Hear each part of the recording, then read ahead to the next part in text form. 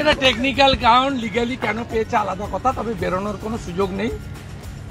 ইডির মামলাতে আছে এবং আমরা যেটা কনভেনশন বা দেখেছি, আমাদের অভিজ্ঞতা, আমরা লয়ার নই, এজেন্সিরও কেউ নই, তাতে সিবিআই মামলাতে অনেকদিন জেলে থাকার পরে বেল পেয়ে যায়, ক্রিমিনাল অফেন্স।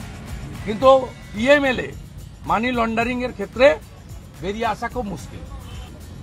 পশ্চিমবাংলার দুর্নীতির বিরুদ্ধে যে জনগণ অপেক্ষা করে থাকেন তাদেরকে আমি আশ্বস্ত করতে চাই যে উনি বাইরে বেরোতে পারবেন না।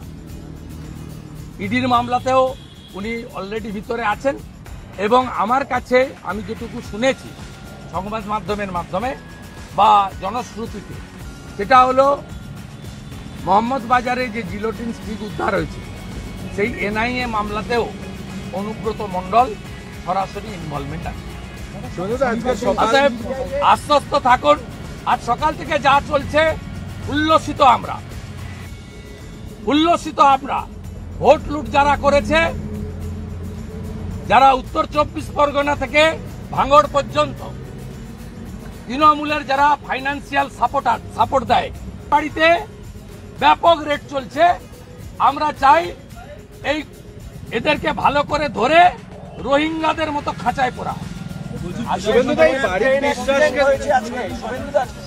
আমি নাম শুধু বলবো না, আমি শুধু বলবো জয় জয় শ্রীরাম।